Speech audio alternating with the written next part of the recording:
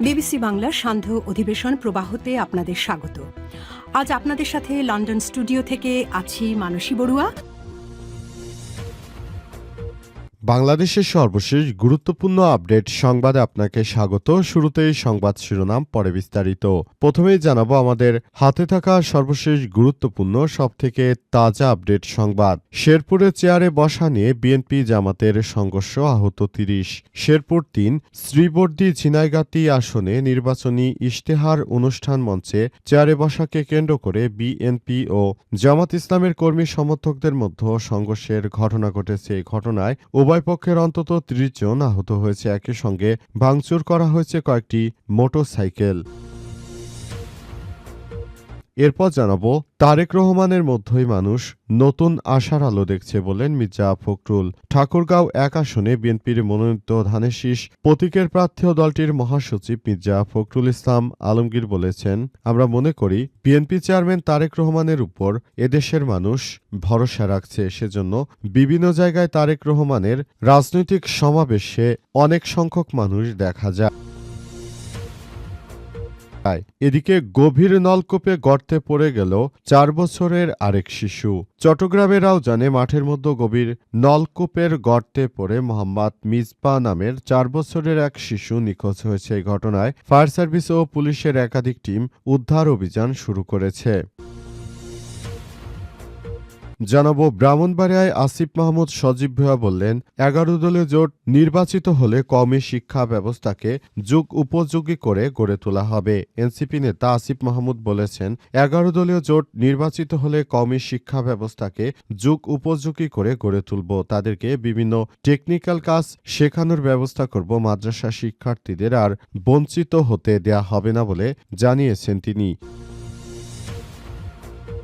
এবং সর্বশেষ জানাবো রয়টার্সের প্রতিবেদন, বাংলাদেশের আসন্ন নির্বাচনে বিপুল ভোট পড়ার প্রত্যাশা।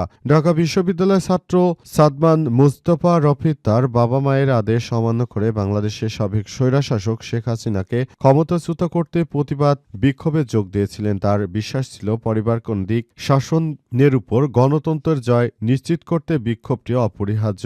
তবে আগামী ১২ ফেব্রুয়ারি সংসদ নির্বাচনের আগে রাফিদের আশাটা কিছুটা ম্লান হয়ে গেল, কারণ এখন সেই বিএনপির হাতেই দেশ চলে যাওয়ার আশঙ্কা, যারা পরিবারকেন্দ্রিক রাজনীতি করে থাকে। প্রিয় দর্শক, এতক্ষণ শুনছিলেন সংবাদ শিরোনাম, এবারে বিস্তারিত।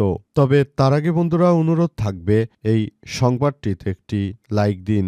এই চ্যানেলে আপনি নতুন হয়ে থাকলে আমাদের সংবাদটি দেখতে দেখতে চ্যানেলটি সাবস্ক্রাইব করে রাখুন। কমেন্ট করে বন্ধুরা আপনার মূল্যবান মতামত জানিয়ে দিন আপনি বিশ্বের কোন দেশ থেকে বা বাংলাদেশের কোন স্থান থেকে আমাদের সংবাদটি দেখছেন এবং শুনছেন। আর বন্ধুরা, আগামী জাতীয় সংসদ নির্বাচনে বিএনপি নাকি জামাত, কোন দল ক্ষমতায় আসছে, আপনার মূল্যবান মতামত কমেন্ট করে জানিয়ে দিন। আপনি যদি বিএনপির সমর্থক হয়ে থাকেন কমেন্টে বিএনপি, এবং জামাতের সমর্থক হয়ে থাকলে কমেন্টে জামাত লিখে পুরো বিশ্বকে জানিয়ে দিন। এবারে বিস্তারিত।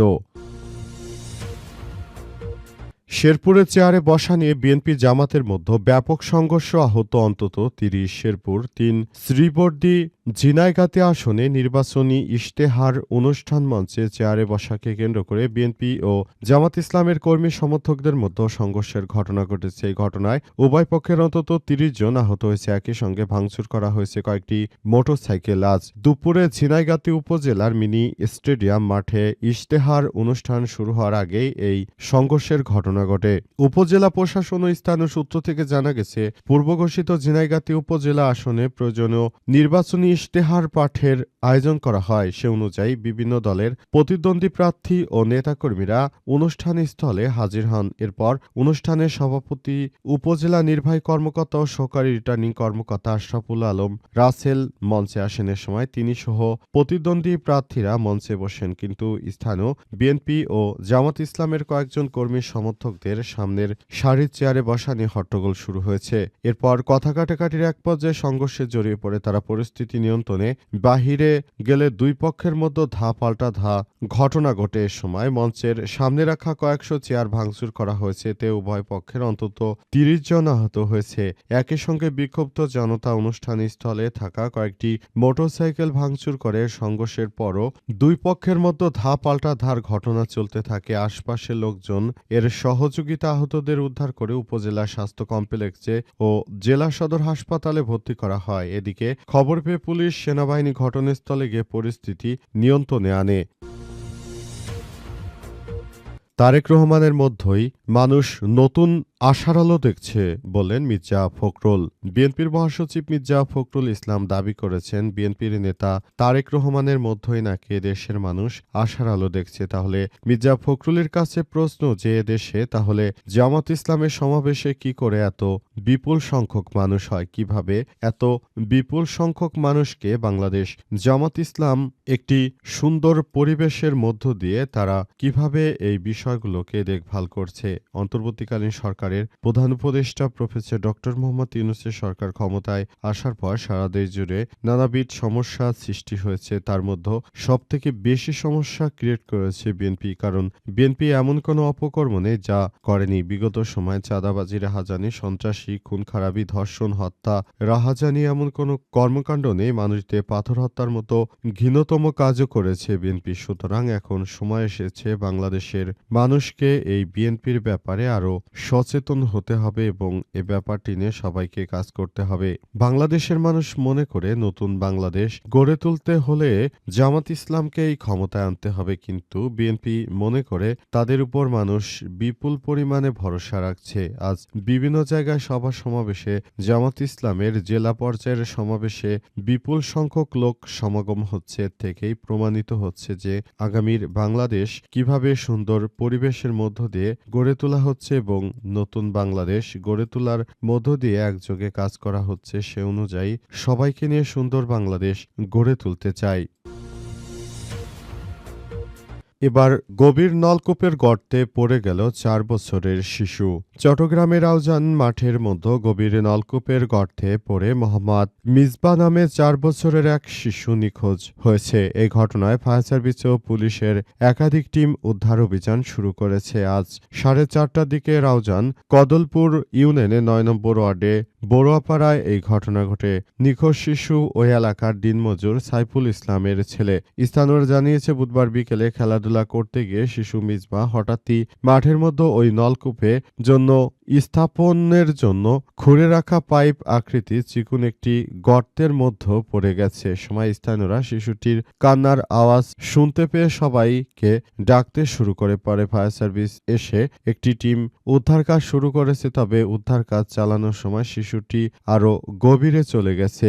এতে উদ্ধার আরও কঠিন হয়ে পড়েছে। শিশু, পুলিশ ও স্থানীয় ফায়ার সার্ভিসের সঙ্গে উদ্ধারে একযোগে কাজ করছে পুলিশের সদস্যরা। তবে রিপোর্ট লেখা পর্যন্ত শিশুটিকে উদ্ধার করা সম্ভব হয়নি। স্থানীয় বাসিন্দারা জানায়, বছরখানেক আগে সরকার একটি প্রকল্পের জন্য কদলপুরে বড়ুয়াপাড়ায় একটি নলকূপ খনন করা হয়। তবে সেখানে গর্তটি উন্মুক্ত ও অরক্ষিত অবস্থায় পড়েছিল। আনুমানিক ৪০ থেকে ৫০ ফুট গর্তটির গভীরতা হতে পারে বলে জানান তারা। বিষয়টি রাউজান থানার ওসি এস.এম. সাজেদুল ইসলাম জানান, আমরা খবর পেয়ে ঘটনাস্থলে এসেছি। উদ্ধারের কাজ অব্যাহত রয়েছে। ১১ দলীয় জোট নির্বাচিত হলে কওমি শিক্ষা ব্যবস্থাকে যুগোপযোগী করা হবে বললেন আসিফ মাহমুদ। এনসিপি নেতা আসিফ মাহমুদ সজীব ভুয়া বলেছেন, এবার জাতীয় সংসদ নির্বাচনে যদি ১০ দল ক্ষমতায় যেতে পারে তাহলে আগামী জাতীয় সংসদ নির্বাচনের আগেই সংসদে একটি বিল পাশ করার মধ্য দিয়ে কওমি শিক্ষা ব্যবস্থাকে আধুনিক এবং যুগ উপযোগী করে তুলতে হবে। তিনি বলেন যে, আমরা মনে করি কওমির মধ্য দিয়ে সবাইকে আরও বেশি জ্ঞান অর্জন করতে হবে এবং নতুন করে যাতে করে এই বিষয়গুলো সামনে আসে সেটি দেখভাল করতে হবে। কওমিতে যারা রয়েছেন তারা মূলত আগামীতে বাংলাদেশের প্রতিটি সেক্টরে যেন কাজ করতে পারে সেই ব্যবস্থা গ্রহণ করতে হবে বলে জানিয়েছেন সাবেক এই উপদেষ্টা আসিফ মাহমুদ সজীব ভুয়া। তিনি মনে করেন যে এবারের জাতীয় সংসদ নির্বাচনে যদি ১০ দলীয় জোট বিপুল ভোটে জয়লাভ করতে পারে সেটি অত্যন্ত ভালো একটি বিষয় হবে এবং এই বিষয়টি নিয়ে সবাইকে দেখতে হবে এবং মনে করা হচ্ছে সে অনুযায়ী সবাইকে খুবই গুরুত্ব দিয়ে কাজ করতে হবে বলে মনে করা হচ্ছে। অন্তর্বর্তীকালীন সরকারের প্রধান উপদেষ্টা মনে করে আগামী জাতীয় সংসদ নির্বাচনে আমাদের সবাইকে আরো বেশি সজাগ থাকতে হবে এবং একটি দায়িত্বশীল ঘটনা সবার মাঝে তুলে ধরতে হবে এবং নতুন করে যারা বাংলাদেশটাকে সুন্দরভাবে গড়ে তুলতে চায় তাদের নিয়ে আমাদেরকে কাজ করতে হবে। অন্তর্বর্তীকালীন সরকারের প্রধান উপদেষ্টা প্রফেসর ডক্টর মোহাম্মদ ইউনূসের সরকার বিষয়গুলোকে খুবই গুরুত্ব সহকারে দেখছেন।